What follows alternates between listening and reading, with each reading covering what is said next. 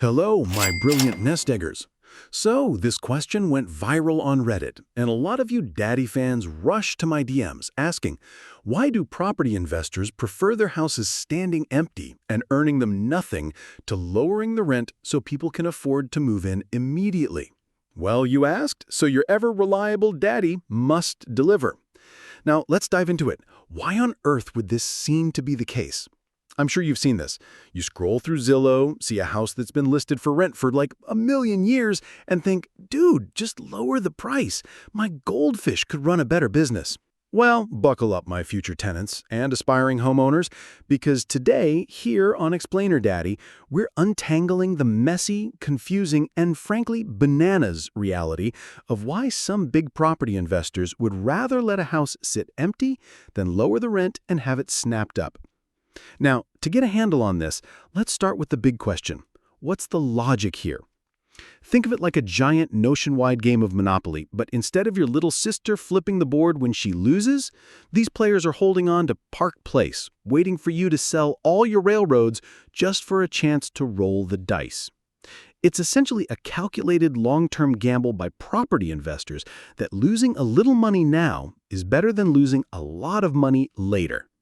And why is this important? Because without understanding this, you're just a tiny ant in a very big, very expensive universe. And nobody wants to be a tiny, rent-paying ant. Let's dive a little deeper into the three main reasons this happens. This is where it gets interesting and maybe a little weird. Point 1. The portfolio power play.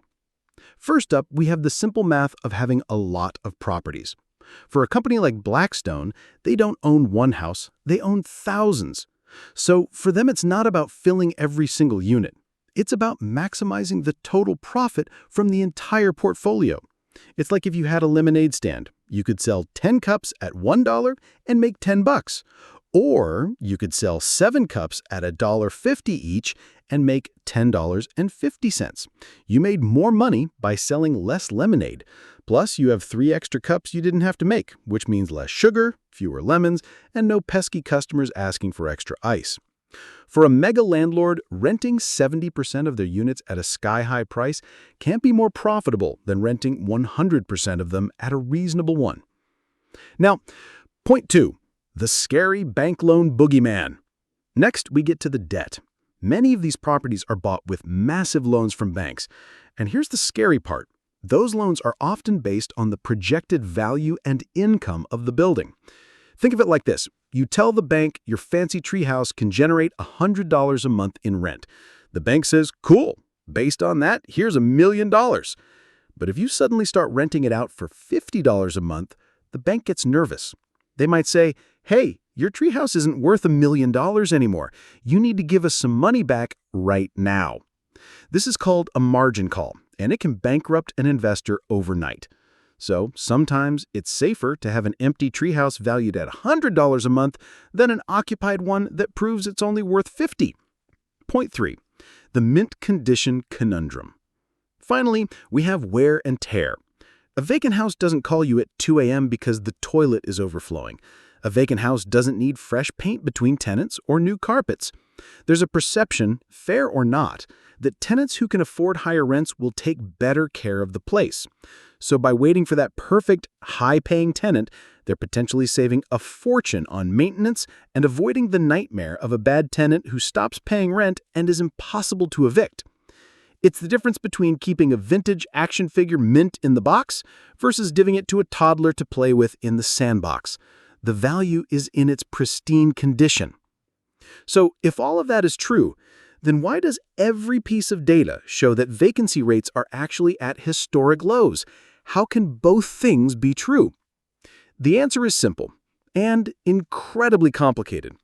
The reality is the image of giant corporations purposely leaving swaths of houses empty is largely a myth. It happens, but it's not the main driver of the housing crisis. The real mind-bending explanation is that the problem is way simpler and way harder to solve. We just haven't built enough homes for everyone who wants to live in them. It's a supply issue. The vacant units you see are often just in between tenants, being renovated, or in markets where people don't want to live. The overwhelming majority of investors want their properties filled because, well, empty houses do cost them money in taxes and maintenance, too. It's like that one stubborn lemonade cup that just won't sell. It's the exception, not the rule. And there you have it, the tangled, hilarious, and now not-so-mysterious world of vacant investment properties. It's less about a mustache-twirling villain cackling over an empty house and more about cold, hard math, scary bank loans, and a massive shortage of homes. My job here is done, and you're officially smarter than you were 5 minutes ago. If you enjoyed this wild ride into the world of real estate wonkery, do your explainer daddy a solid. Hit that subscribe button, ring the bell, and let me know in the comments what other head-scratching topics you want me to tackle next. Until then, stay curious.